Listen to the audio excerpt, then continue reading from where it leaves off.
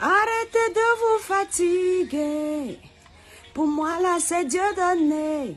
Arrêtez de vous prendre la tête.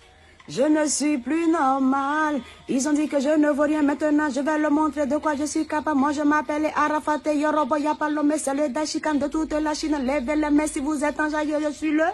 Ne volez jamais que les petits. Quand on m'évoque le nom DJ Arafat, automatiquement, je pense à l'abnégation.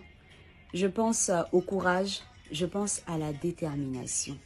Parce que pour moi, avoir une vie aussi difficile, une vie aussi compliquée, une vie chargée d'émotions, à la fois négatives et positives, pas évidente à gérer, avoir ce genre de vie-là et faire le choix du travail pour s'imposer n'est pas chose évidente. Il nous disait que dans la vie, on peut commencer au bas de l'échelle et puis gravir tous les échelons pour arriver.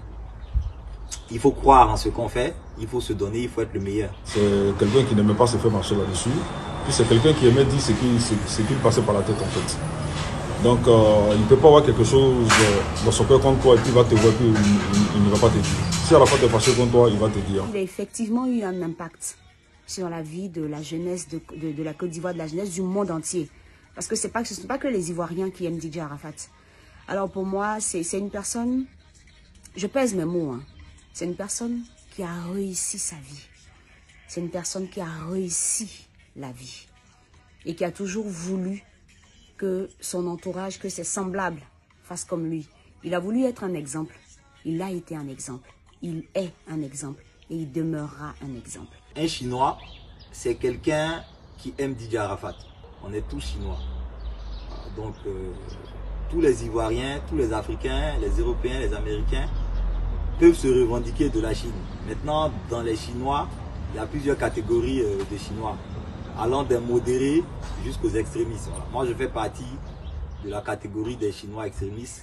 On nous appelle les Chinois gamés, moutons. Voilà. Donc nous, même quand DJ Arafat n'avait pas raison, nous on disait qu'il a raison. C'est ce pourquoi nous disons toujours avec fierté, Chinois à vie, jamais trahison Chine. Et ce que je retiens d'Arafat, l'acte qu'il a posé le plus fort. Je travaillais dans une discothèque de la place, Arafat est venu jouer, ce jour-là il avait Tite Drogba, il avait Samuel Eto'o. Et en pleine prestation, Samuel Eto'o s'est permis d'enlever sa chaîne avec 9 ceintures ou 7 ceintures de diamants pour remettre à Arafat.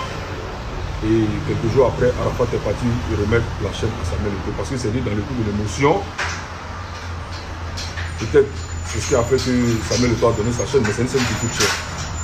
Donc Arafat a remis la chaîne à Samuel Eto'o. Là, j'ai compris qu'Arafat est un grand cœur. Parce que ce n'est pas tous les artistes qui peuvent se permettre ça. Alors, 2 ans après le décès de notre icône et de notre idole sur le plan musical, ce qu'on retient, ce sont ses œuvres. DJ Arafat a plus d'une centaine d'œuvres. Et il y en avait beaucoup qui véhiculaient des messages. Il y en avait certaines qui étaient là uniquement pour écouter, pour danser.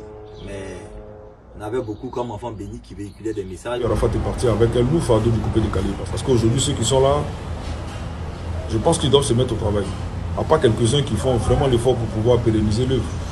Quand je dis l'œuvre, ce n'est pas l'œuvre d'Arafat, mais au moins le coupé décalé, le mouvement, le concept. Mon morceau est fini, le morceau est fini.